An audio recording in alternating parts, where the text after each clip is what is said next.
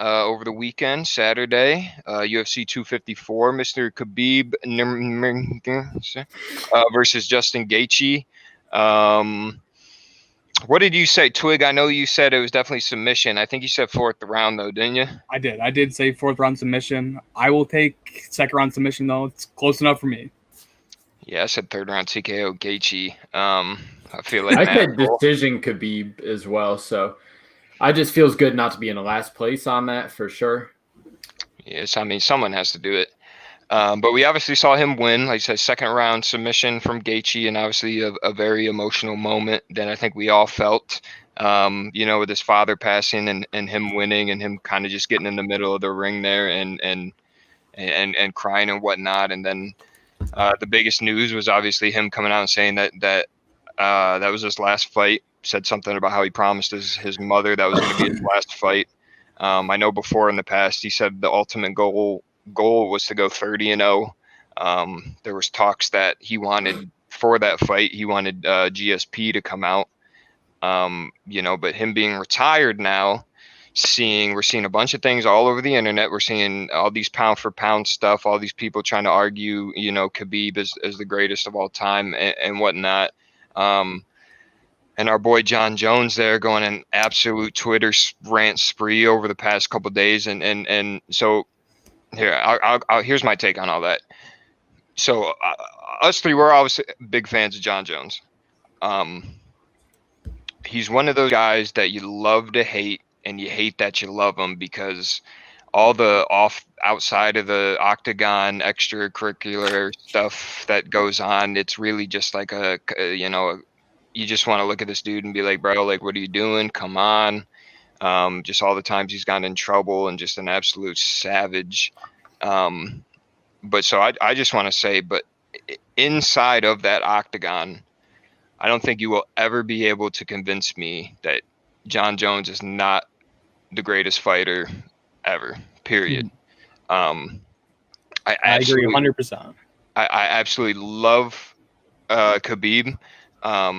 He's a guy I think everybody likes. That's just he's just a dude that works hard and goes out there and does the damn thing. But to say, do you got that picture of Khabib's opponents and stuff like that? Yeah, let's pull her up here. So yeah, obviously 29-0 and to go out on top with the title is obviously phenomenal. It's no easy feat. I don't want to sit here and sound sour or take anything away from Khabib.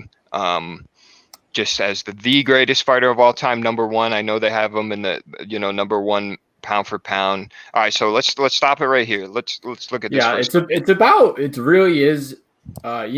Just to talk on your argument, it's really Khabib's last 8 fights, here up where he really starts getting some names, some people that could potentially inflict some damage on him. But just kind of scrolling down the list, the no-name argument definitely comes into play.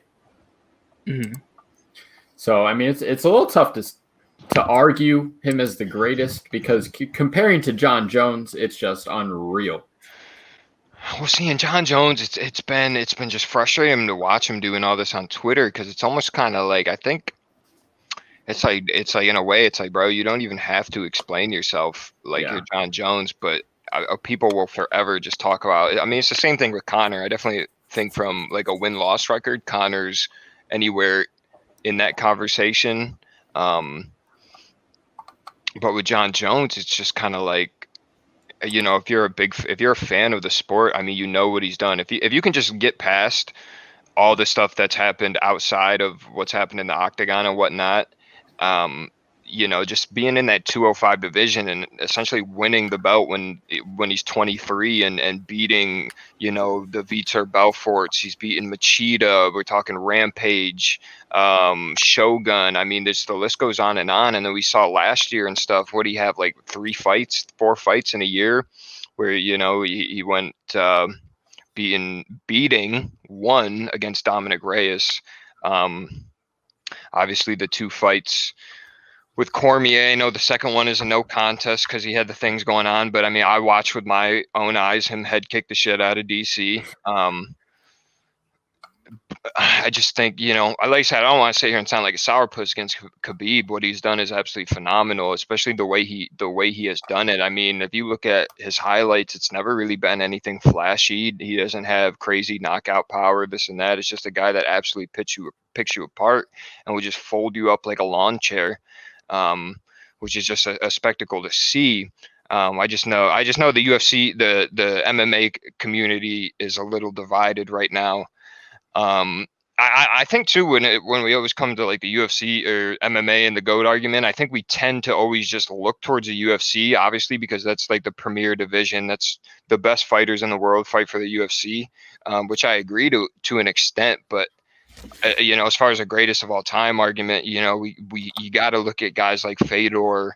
And, I know Gegard Mousasi was in the UFC for a little bit, but I mean, that dude's right up there in that conversation as well. He is so slept on. So slept on, man. He's so good. So right here's the list. These are the current pound for pound rankings. This is right from UFC. So obviously you see Khabib moved up to that number 1 spot over John Jones. Then we got Izzy, Stipe, and Kamaru Usman. Pretty much making sense looking at this list here.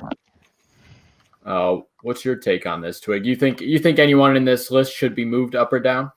I might move Kamaru above Stipe and Izzy. I think he's been so dominant. He's won his last 11 fights in a row, and all of his title fights have not even been relatively close. And just looking at that list, it's crazy how stacked 155 is if 5 of those fighters are in the top 15 fighters on the whole roster. True. That's a great point. I think looking at that list as well, I do think the hype factor plays into it a little bit because obviously this just happened on Saturday. Khabib's obviously got the hot hand of the UFC right now with the retirement, everything. He's just absolutely blowing up. But, a couple months down the road, I don't know if that ranking stays the same, especially when John Jones fights again. It makes no sense to me either. If he just retired, why would you move him up to number 1 if he's done fighting? It's made no sense to me. That's a good point. I mean, I know they did the same thing with Nunes.